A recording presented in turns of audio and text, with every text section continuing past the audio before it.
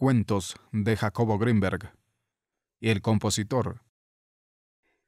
Desgraciadamente, seguía siendo necesario dormir. Por supuesto que la vida era diferente desde la operación, más emocionante, siempre nueva y sobre todo más creativa. Quizá debía decir, las vidas eran diferentes. El anuncio no había sorprendido a Julio, simplemente le había confirmado lo que sospechaba desde hacía 3 meses. Desde luego que la perspectiva era aterradora, pero Julio tenía la rara cualidad de bloquear cualquier pensamiento depresivo. Así que se encerró en un cuarto y durante una semana trató de decidir lo que haría en los 6 meses que le quedaban de vida. Lo primero que se le ocurrió fue seguir viviendo de la misma forma de siempre. Sin embargo, abandonó la idea por encontrarla demasiado aburrida. Después, pensó en dedicarse a leer todos los libros que siempre había deseado. La idea era buena, pero el procedimiento, lento y tedioso. Consideró la posibilidad de viajar y conocer países y personas. La perspectiva le atraía, pero Julio no contaba con los medios económicos suficientes para llevarla a cabo. Por fin se decidió, empacó sus cosas y se dirigió a Bethesda, después de concertar una cita con el Dr. Dove. El quirófano era impresionante. A Julio le raparon la cabeza y después de acomodarlo bajo un enorme y complicado anillo de acero inoxidable, le implantaron uno a uno 100 pares de delgados electrodos de platino. Como de costumbre, Julio se levantó a las 6 de la mañana.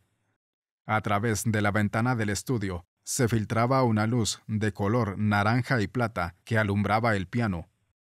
Julio decidió que dedicaría la sesión matutina a recorrer desiertos. Recordó que ese tipo de experiencias resultaba de una combinación de olor a arena, calor y luz. Julio se sentó en el taburete y pulsó la 14ª tecla.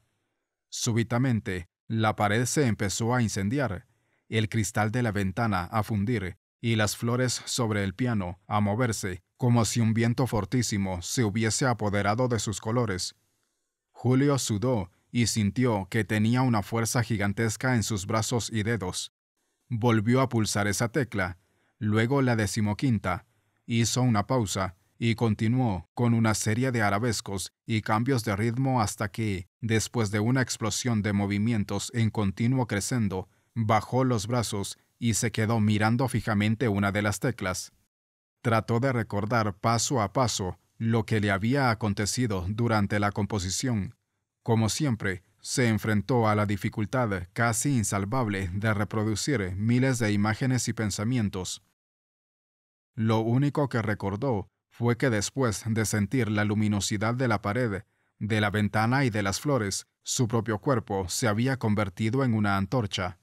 Sus dedos se habían movido sobre el teclado, impulsados por una corriente fosforescente que bajaba de sus hombros y de sus codos. Sus muslos habían estallado en luces de fuego artificial y su pecho se había expandido hasta convertirse en un globo multicolor de paredes delgadísimas. El calor y la luz interior habían adquirido forma y la visión del sol había aparecido reflejándose en la arena de las dunas. Todo se había convertido en espacio infinito y sol quemante. Aún las rocas de la visión reflejaban la luz, como si sus aristas hubiesen sido pulidas como un espejo. Las sensaciones habían sido claras y exactas pero no agradables. Tiempo antes, sensaciones semejantes lo hubieran impulsado a desistir, pero después había entendido que el abandonar una experiencia simplemente por considerarla desagradable significaba una completa falta de visión y madurez. Julio pulsó la 22ª tecla y después la 25ª. Se le ocurrió que sería interesante crear una asociación entre sensaciones propioceptivas y olfatorias. La posición de su brazo y de sus dedos se convirtió en un olor a durazno mezclado con aroma de vino añejo. Sus piernas olían a madera y su lengua a piña. Le dio hambre, se levantó de su asiento y se dirigió a la cocina. Mientras tomaba un vaso de leche, Julio pensó en lo maravillosa que se había convertido su vida. Siempre se había sentido poseedor de un yo estable e invariante, pero ahora se daba cuenta de que eso solo había sido una ilusión. Tenía dentro de sí muchos Julios, más de los que alguna vez se imaginó.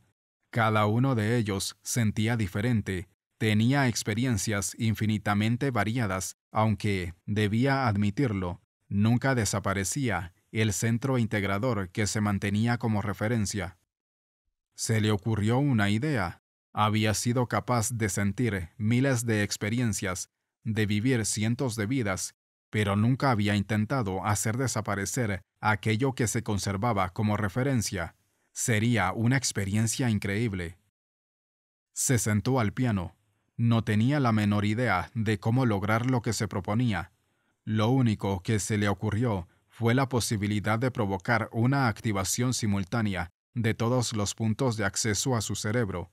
Quizás eso sería suficiente. El dolor comenzó a irradiarse a partir de su pierna derecha. Julio no se asustó, porque ya había tenido una experiencia semejante y sabía que la sensación dolorosa iba a desaparecer, así es que la dejó continuar. Súbitamente, una cara apareció frente a él. Al principio no lo reconoció, pero después se dio cuenta de que era la suya y que se movía de un extremo al otro del cuarto. La cara empezó a alejarse y fue sustituida por la visión gigantesca de un ojo. Julio se dio cuenta de que también era suyo. El ojo aumentó de tamaño hasta convertirse en una abertura pupilar del tamaño de la casa, de la ciudad y del planeta todo. Julio se introdujo a la pupila y en ese instante desapareció. La noticia apareció al día siguiente en la sección policíaca del más vulgar de los periódicos de la ciudad. Un hombre de mediana edad fue encontrado muerto ante su piano.